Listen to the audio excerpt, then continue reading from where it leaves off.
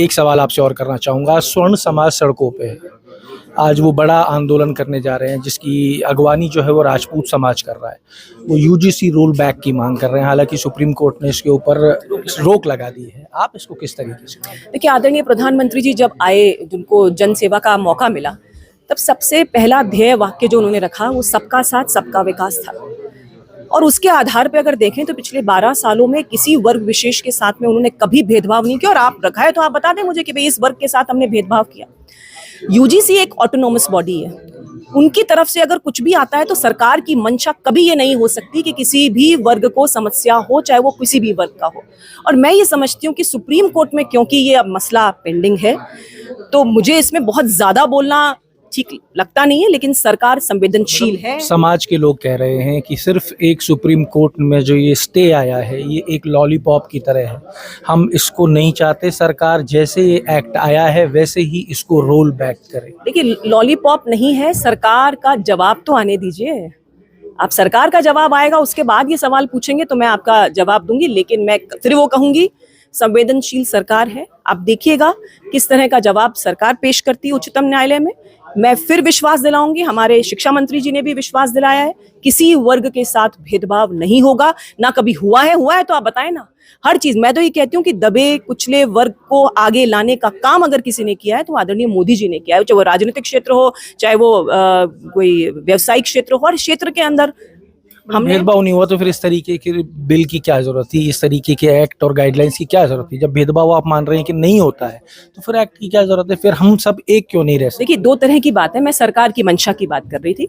सरकार की मन में कोई भेदभाव करने का कभी कोई मंशा नहीं थी। संवेदनशील सरकार है, सब वर्गों को साथ लेके चलती है।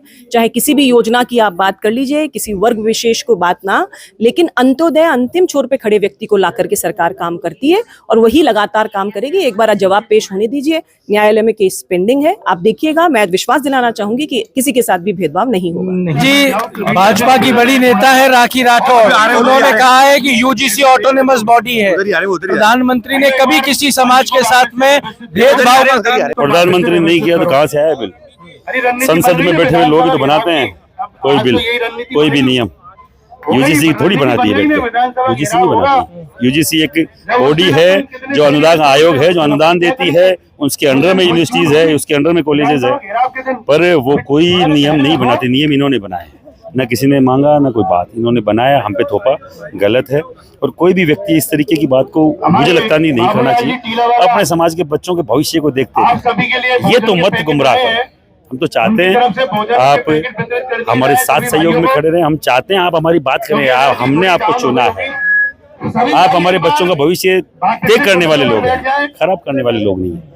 आप साथ रहिए, सहयोग में रहें, अच्छा रहेगा, नहीं तो हमें खिलाफ में आना पड़ेगा। आपकी एक बात थी कि सुप्रीम कोर्ट ने लॉलीपॉप दिया है, जब ये सवाल उनसे पूछा गया तो उन्होंने कहा ये लॉलीपॉप नहीं है, सरकार ने अभी तक कोई बयान जारी नहीं किया है, इसलिए भरोसा रखिए प्रधानमंत्री भी खिलाफ नहीं जाएंगे, शिक्षा मंत्री भी खिलाफ नहीं जाएंगे, सब पक्ष में है। संसद तो चल रही है, संसद में तय होता है, तो सुप्रीम कोर्ट के भरोसे क्यों बैठो? वहाँ कर दो तो तुम लाए हो यूजीसी, वहीं वापस खारिज कर दो, बात खत्म हो जाएगी। वो हमें करना नहीं है। सुप्रीम कोर्ट को इशारा कर दिया, स्टे दे दो, 5 दिन प्यार करेंगे। ब्राह्मण आ नहीं सकता, बनिया आ नहीं सकता, ठाकर आ नहीं सकता। कंफर्ट जोन में रहने वाली कौमें अपना कमाते हैं, अपना खाते हैं, कोई अनुदान उनको मिल नहीं रहा है, कोई रिजर्वेशन उनको है नहीं, फिर भी कंफर्ट जोन में रहने वाले लोग सड़कों पे वो आते हैं जिनको मिला हुआ नहीं है, मिला हुआ है फिर भी वो रोड पे है। तो मेरा निवेदन है, ये केवल हमारी एकता को तोड़ने का एक छोटी सी साजिश है, जो हम कतई आज की ये संख्या अधिकारी साजिश कामयाब हुई नहीं, होने देंगे भी नहीं। तो आपको लग रहा है कि ब्राह्मण स्वर्ण और ब्राह्मण बनिया और राजपूत जो है वो अपने निजी फायदों के लिए नहीं पहुंच रहे, या अभी भी अपना स्वार्थ उनका कुछ सद रहा है कहीं, उसके लिए चुप बैठे? यूजीसी में हमारा क्या फायदा है? जो आपका साथ नहीं दे रहे हैं, स्वार्थ सद रहा है क्या उन लोगों का अभी भी कहीं पे, इसलिए वो तो उनकी टिकटें कट जाएगी सर। मोदी जिसकी तरफ देख लेता है उनको 5 दिन बुखार रहता है।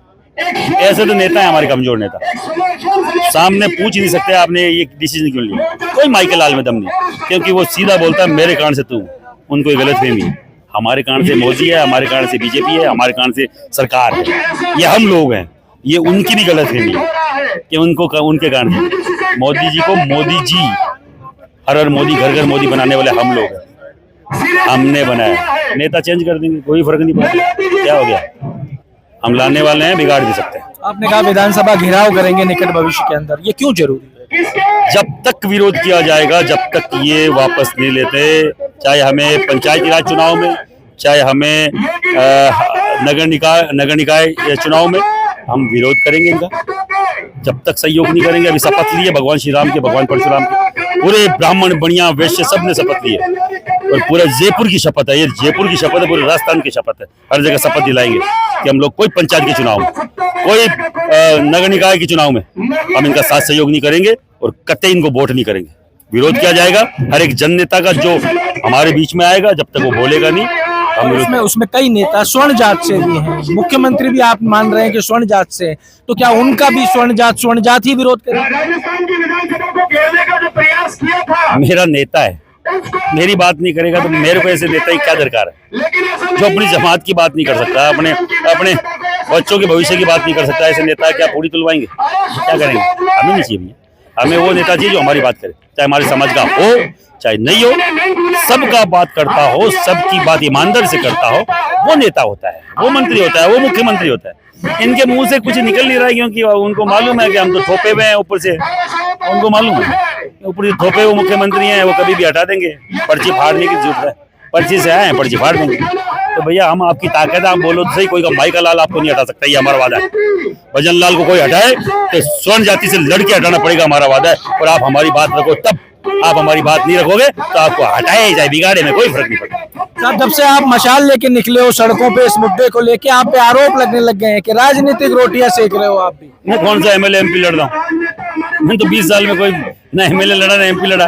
और मैं ये SC ST और OBC के अगर ये कोई वो कानून उनके पक्ष में आया तो मेरे तो वो वोटर टूट ही रहे, बन कहाँ रहे हैं। बढ़िया ब्राह्मण राजपूत तो बीजेपी को वोट देता है, तो मेरे पास तो पहले दिन से कोई वोट ही नहीं है मेरे भाई।